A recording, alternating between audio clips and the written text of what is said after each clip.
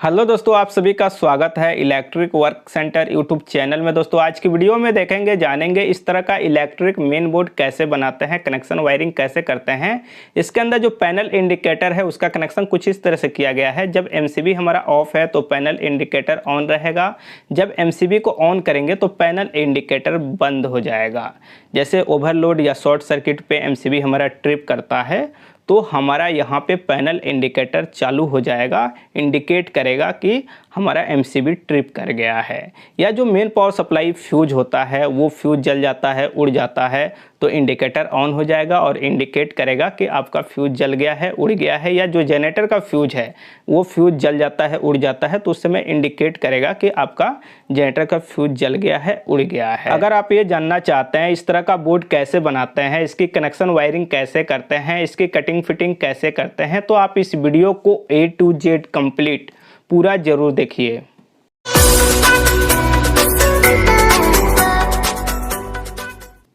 तो जैसे कि सबसे पहले हमने यहाँ पे एक सनमाइका सीट लिया हुआ है। अगर इसकी साइज़ की बात करें तो 8 इंच हमारा इस तरह से है और 12 इंच इस तरह से है, यानी 8 बाई 12 इंच का है। सामान की बात करें तो यहाँ पे एक रिवर्सिंग चेंज ओवर स्विच है और उसके बाद 2 किटकैट फ्यूज है और उसके बाद यहाँ पे एक एमसीबी बॉक्स है जिसमें हमारा एक एमसीबी लगेगा, 3 panel indicator red, yellow, green, और उसके बाद यहाँ पे कुछ वायर है कनेक्शन करने के लिए और यहाँ पे कुछ स्क्रू है जो मटेरियल है हमारा सामान है उसको कसने के लिए, फिटिंग करने के लिए। अब यहाँ पे जो हम सामान लिए हुए हैं, जो चेंज ओवर स्विच है हमारा वो 16 एम्पियर 415 वोल्ट का है, जो एमसीबी है वो 16 एम्पियर का है, जो किटकैट फ्यूज है वो हमारा 16 एम्पियर 415 वोल्ट का है। कितना लोड हमें चलाना है उसके ऊपर डिपेंड करता है, हमें कितने एम्पियर का सामान लगाना चाहिए, कौन सा और कितने एमएम का वायर लगाना चाहिए, कितना लोड पे ये डिपेंड करता है। लेकिन कनेक्शन सबका एक जैसा होता है, सेम होता है। यहाँ पे सबसे पहले सामान रखेंगे बोर्ड पे और देखेंगे डिजाइन सबसे अच्छा कौन सा दिखाई दे रहा है, उस तरह से फिटिंग करेंगे। जैसे मुझे इस तरह से दिखाई दे रहा है अच्छा, तो यहाँ पे क्या करेंगे, एमसीबी बॉक्स का जो कवर है इसको ओपन कर लेंगे। उसी तरह से यहाँ पे जो चेंज ओवर स्विच है उसका भी कवर हम यहाँ पे ओपन कर लेंगे। इस तरह से यहाँ पे कवर भी हम ओपन कर लिए। उसके बाद क्या करेंगे, जो किटकैट फ्यूज है उसका ऊपर का बेस जो है उसको हटा लेंगे और यहाँ पे पेंसिल हम ले रहे हैं, आप चाहें तो मार्कर ले सकते हैं और मार्किंग कर लेंगे, जैसे स्क्रू का या जो वायर निकालना है उसका और पैनल इंडिकेटर जहाँ पे लगाना है उस जगह पे। और यहाँ पे किटकैट फ्यूज में भी हम यहाँ पे मार्किंग कर लेते हैं। मार्किंग करने के बाद सभी सामान को हटाएंगे। उसके बाद नीचे एक लकड़ी लेंगे ताकि टूटे नहीं होल करते समय, और यहाँ पे हैमर और सुम्मी का हम इस्तेमाल कर रहे हैं। आप चाहें तो ड्रिल मशीन का इस्तेमाल कर सकते हैं, लेकिन मेरे लिए बेहतर है ये सुम्मी, जिसे पंच भी कहा जाता है। ये जनरली मार्केट में नहीं मिलता है, इसे बनवाना पड़ता है। इसे तो हमारे यहाँ क्षेत्रीय भाषा में सुम्मी कहते हैं, लेकिन इसे पंच भी कहा जाता है। यहाँ पे जो होल था हमारा मार्किंग था उसको लगभग हमने कर लिया है। 2 ये है, इसको भी चलिए यहाँ पे कर लेते हैं।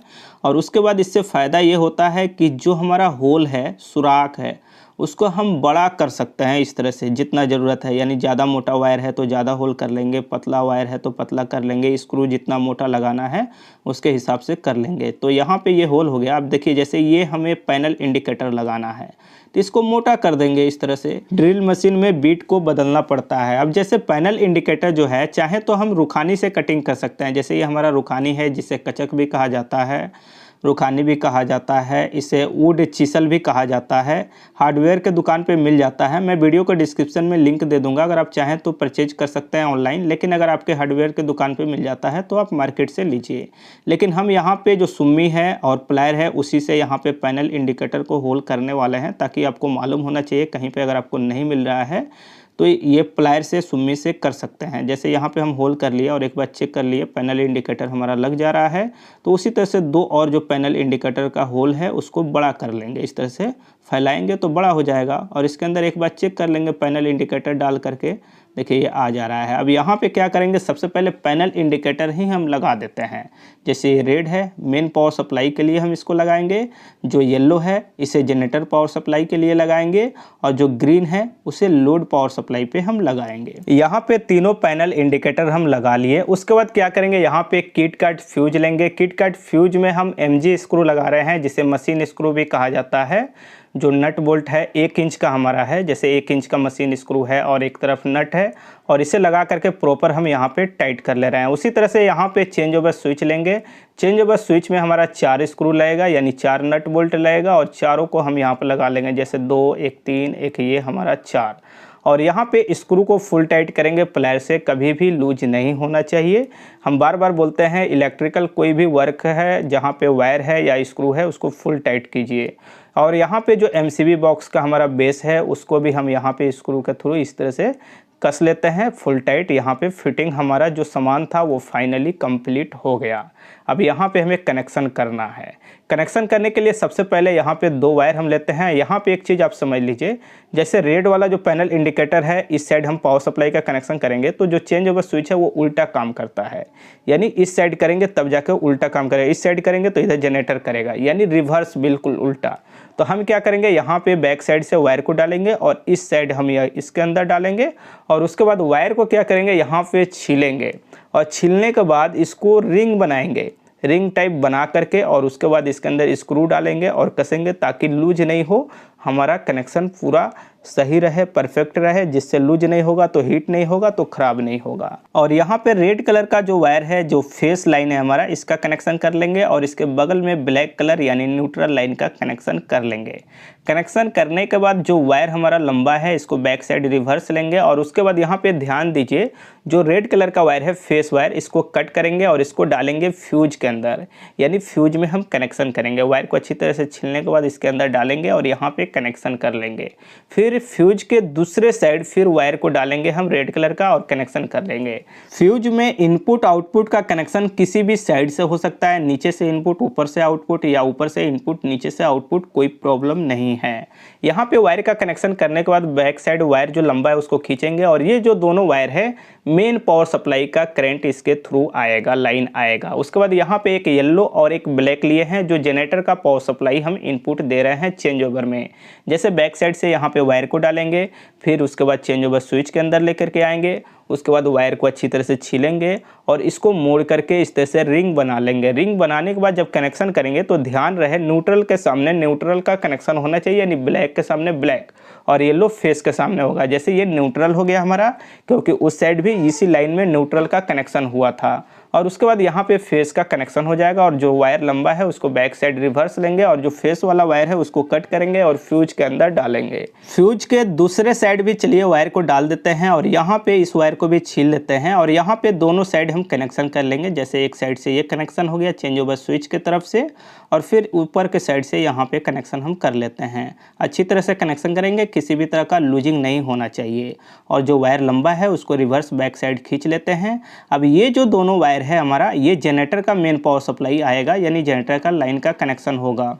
अब इसके बाद फिर 2 वायर लेंगे, एक ब्लू और एक ब्लैक, और इस वायर को क्या करेंगे फिर बैक साइड से डालेंगे चेंज ओवर स्विच के साइड, और चेंज ओवर में इस वायर को ले लेंगे, एक इस साइड से एक इस साइड से, और यहाँ पे वायर को छील लेंगे दोनों को, और दोनों को रिंग बना लेंगे। रिंग बनाने के बाद कनेक्शन करेंगे। ध्यान रहे कनेक्शन करते समय फेस के सामने, न्यूट्रल के सामने। जैसे ये न्यूट्रल लाइन है तो न्यूट्रल का हम यहाँ पे कनेक्शन कर लिए इस तरह से यहाँ पे। उसके बाद फेस का कनेक्शन कर लेंगे, और जो वायर लंबा है उसको रिवर्स ले लेंगे, और उसके बाद बैक साइड देखेंगे तो 3 पॉइंट खाली है कनेक्शन का। ये स्पेयर है, इसमें किसी भी वायर का कनेक्शन नहीं होगा। उसके बाद इसका कवर लेंगे चेंज ओवर स्विच का और ऊपर से लगा देंगे, क्योंकि चेंज ओवर स्विच में कनेक्शन कंप्लीट है। उसके बाद ब्लू वाला जो वायर है यहाँ पे कटिंग करेंगे, क्योंकि ये एमसीबी में जाएगा। उतना लंबा कटिंग करके वायर को छीलेंगे और उसके बाद डालेंगे एमसीबी में। फिर ऊपर से एक ब्लू कलर का वायर डाल देंगे जो एमसीबी से आउट होगा। नीचे से हमारा इनपुट आ रहा है चेंज ओवर स्विच से, और ऊपर से हमारा एमसीबी आउट करेगा। तो यहाँ पे एमसीबी जो है इसके अंदर हम कनेक्शन यहाँ पे कर लेंगे। इस तरह से हमारा कनेक्शन हो गया इनपुट का, और ऊपर से कनेक्शन हो गया आउटपुट का। कनेक्शन करने के बाद जो वायर लंबा है उसको रिवर्स लेंगे, और उसके बाद जो एमसीबी है इसको यहाँ पे हम लगा देंगे अच्छी तरह से, और ऊपर से जो कवर है एमसीबी बॉक्स का उसको लगाएंगे, और जो उसमें स्क्रू है अच्छी तरह से कस लेंगे। यहाँ पे एमसीबी का कनेक्शन कंप्लीट हो गया। उसके बाद क्या करेंगे, इसको बैक साइड लेते हैं। अब यहाँ पे ध्यान दीजिए, जो ये लोड का वायर है इसमें एक गांठ मार लेते हैं।